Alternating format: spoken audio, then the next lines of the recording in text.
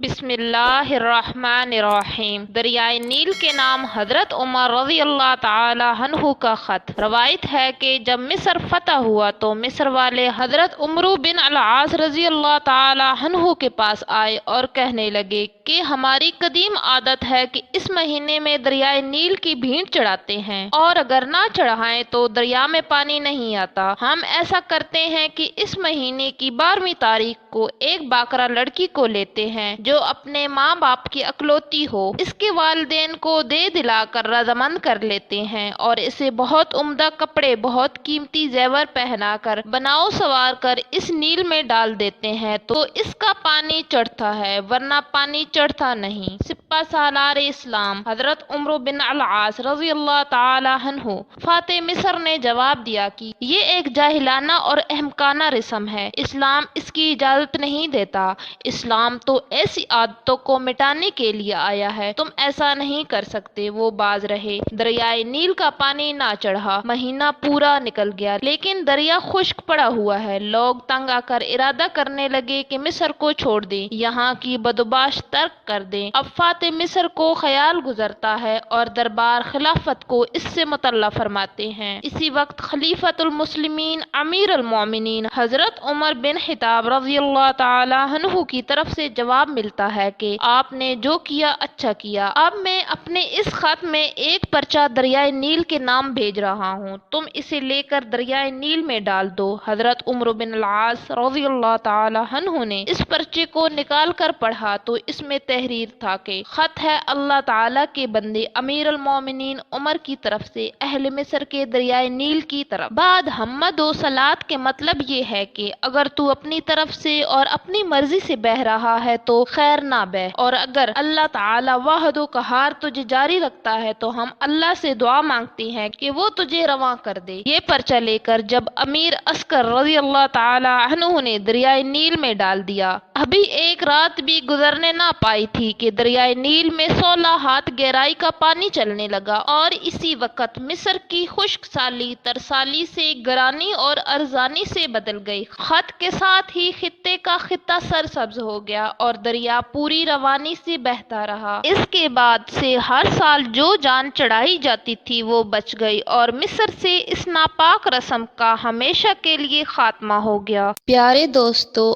अगर आपको मेरी वीडियो अच्छी लगे तो इसको लाइक एंड सब्सक्राइब करना मत भूलिएगा। जज़ाकल्लाह।